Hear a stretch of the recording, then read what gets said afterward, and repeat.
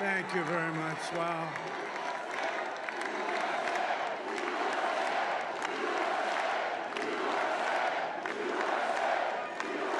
Well, I want to thank you all very much. This is great. These are our friends. We have thousands of friends on this incredible movement.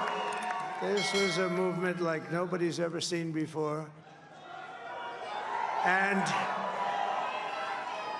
frankly, this was, I believe, the greatest political movement of all time. There's never been anything like this in this country, and maybe beyond.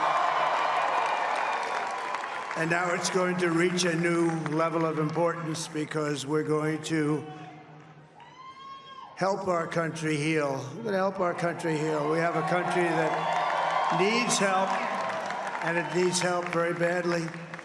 We're going to fix our borders. We're going to fix everything about our country. And we made history for a reason tonight, and the reason is going to be just that. We overcame obstacles that nobody thought possible, and it is now clear that we've achieved the most incredible political thing. Look what happened. Is this crazy?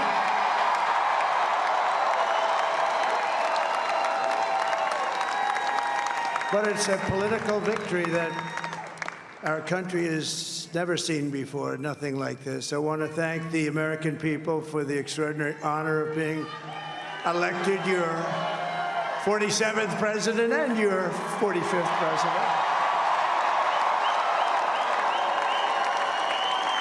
And every citizen, I will fight for you, for your family, and your future. Every single day, I will be fighting for you, and with every breath in my body, I will not rest until we have delivered the strong, safe, and prosperous America that our children deserve and that you deserve.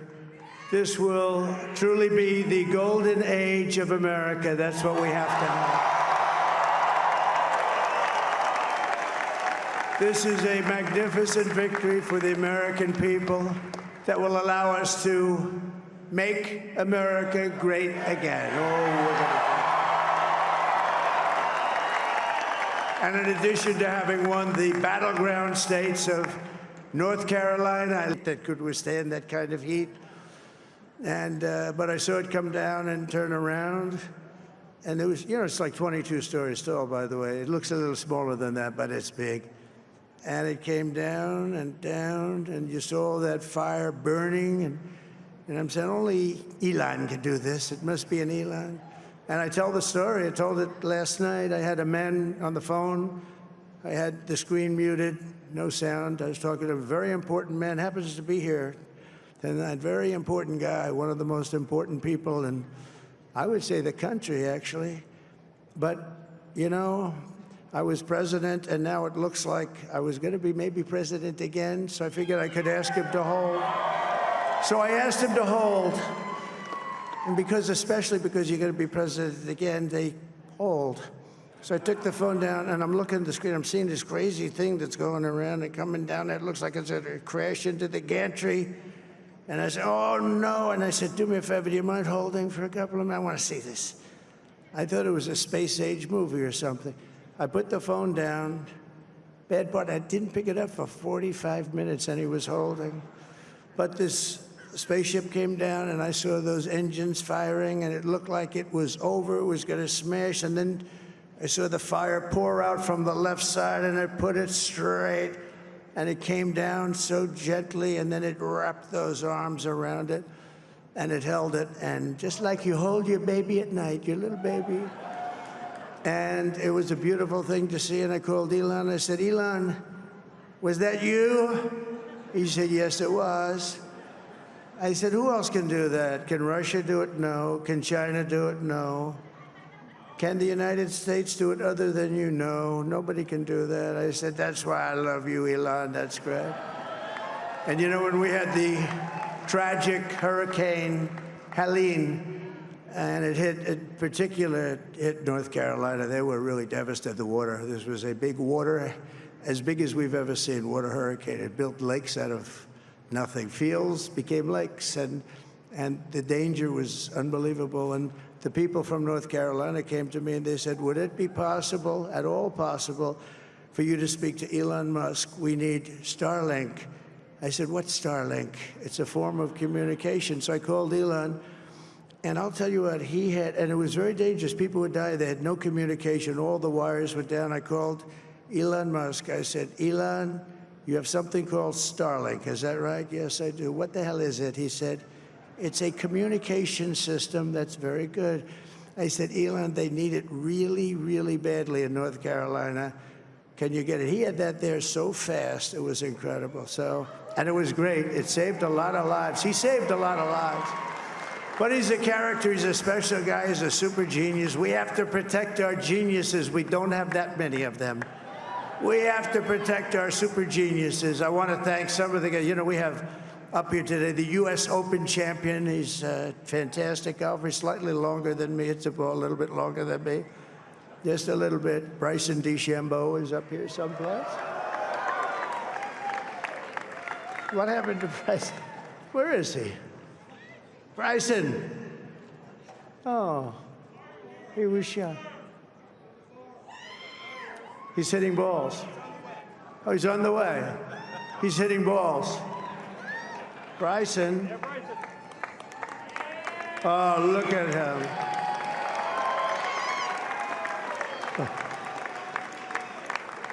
He had a great, got a great career going. Great U.S. Open, Bryson. That's a fantastic job. And we also have a man, Dana White, who has done some job. He's a tough guy.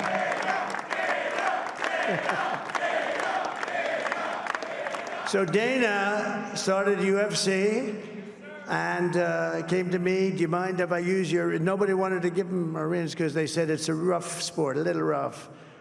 And I helped him out a little bit, and I went, and they said, this is the roughest sport I've ever seen, but I began to like it, and he loved it, and nobody's done a better job in sports. And you know, he's a very motivational kind of a guy, what he does. He gets these fighters, and they really go at it, and it's become one of the most successful sports enterprises anywhere at any time. It's doing so well. I'd like to ask Dana just to say a couple of words, because people love to hear from him. Dana,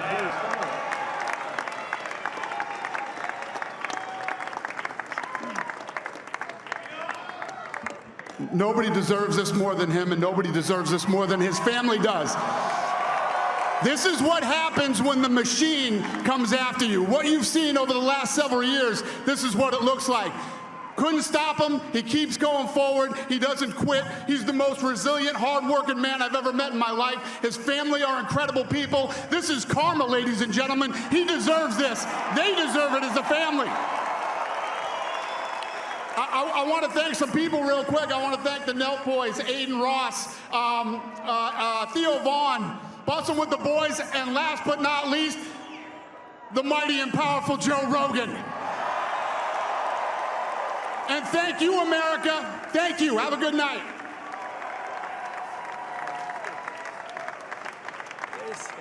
That is a piece of work.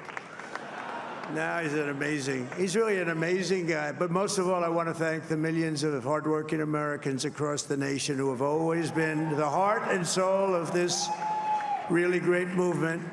We've been through so much together, and today you showed up in record numbers to deliver a victory like really, probably like no other. This was something special, and we're gonna pay you back. We're gonna do the best job. We're gonna turn it around. It's got to be turned around. It's got to be turned around fast, and we're gonna turn it around. We're gonna do it in every way, with so many ways, but we're gonna do it in every way. This will forever be remembered as the day the American people regained control of their country.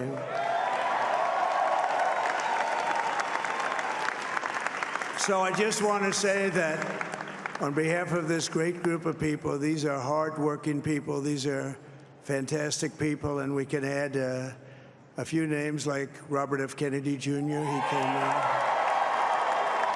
And he's going to help make America healthy again.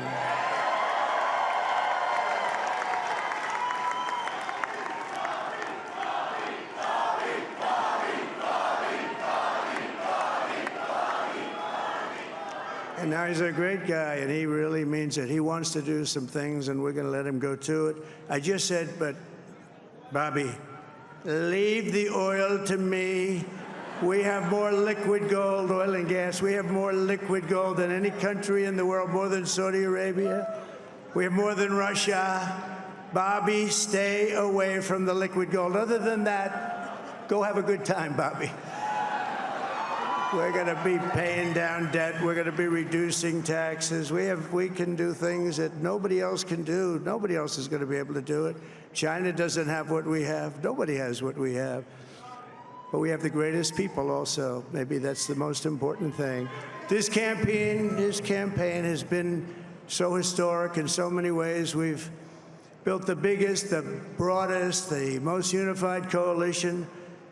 They've never seen anything like it in all of American history. They've never seen it. Young and old, men and women, rural and urban. And we had them all helping us tonight, when you think. I mean, I was looking at it. I was watching it. They had some great analysis of the people that voted for us. Nobody's ever seen anything like that. They came from all corners, union, non-union, African-American, Hispanic-American, Asian-American, Arab-American, Muslim-American. We had everybody, and it was beautiful. It was a historic realignment, uniting citizens of all backgrounds around a common core of common sense. You know, we're the party of common sense. We want to have borders. We want to have security. We want to have things be good, safe. We want great education. We want a strong and powerful military, and ideally, we don't have to use it. You know, we had no wars. 4 years, we had no wars, except we defeated ISIS. We defeated ISIS in record time, but we had no wars. They said, he will start a war. I'm not going to start a war. I'm going to stop wars. But this is also a massive victory for democracy and for freedom. Together, we're going to unlock America's glorious destiny. We're going to achieve the most incredible future for our people. Yesterday, as I stood at my last stop on the campaign trail, I'll never be doing a rally again. Can you believe it? I think we've done 900 rallies approximately from them. Can you imagine? 901, something, a lot of rallies. And it was sad. Everybody was sad. Many people, I said, this is our last rally. But now we're going on to something that's far more important, because the rallies were used for us to be put in this position where we can really help our country. That's what we're going to do. We're going to make our country better than it ever has been. And I said that many people have told me that God spared my life for a reason.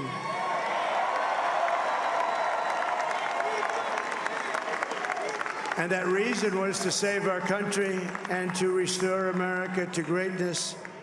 And now we are going to fulfill that mission together. We're going to fulfill that mission. The task before us will not be easy, but I will bring every ounce of energy, spirit, and fight that I have in my soul to the job that you've entrusted to me. This is a great job. There's no job like this. This is the most important job in the world. Just as I did in my first term, we had a great first term, a great first term. I will govern by a simple motto: promises made, promises kept. We're going to keep our promises. Nothing will stop me from keeping my word to you, the people. We will make America safe, strong, prosperous, powerful, and free again. And I'm asking every citizen all across our land to join me in this noble and righteous endeavor. That's what it is. It's time to put the divisions of the past 4 years behind us. It's time to unite. And we're going to try. We're going to try. We have to try. And it's going to happen. Success will bring us together. I've seen that. I've seen that. I saw that in the first term when we became more and more successful. People started coming together. Success is going to bring us together, and we are going to start by all putting America first. We have to put our country first for at least a period of time. We have to fix it. Because together we can truly make America great again for all Americans. So I want to just tell you what a great honor this is. I want to thank you. I will not let you down. America's future will be bigger, better, bolder, richer, safer, and stronger than it has ever been before. God bless you, and God bless America. Thank you very much.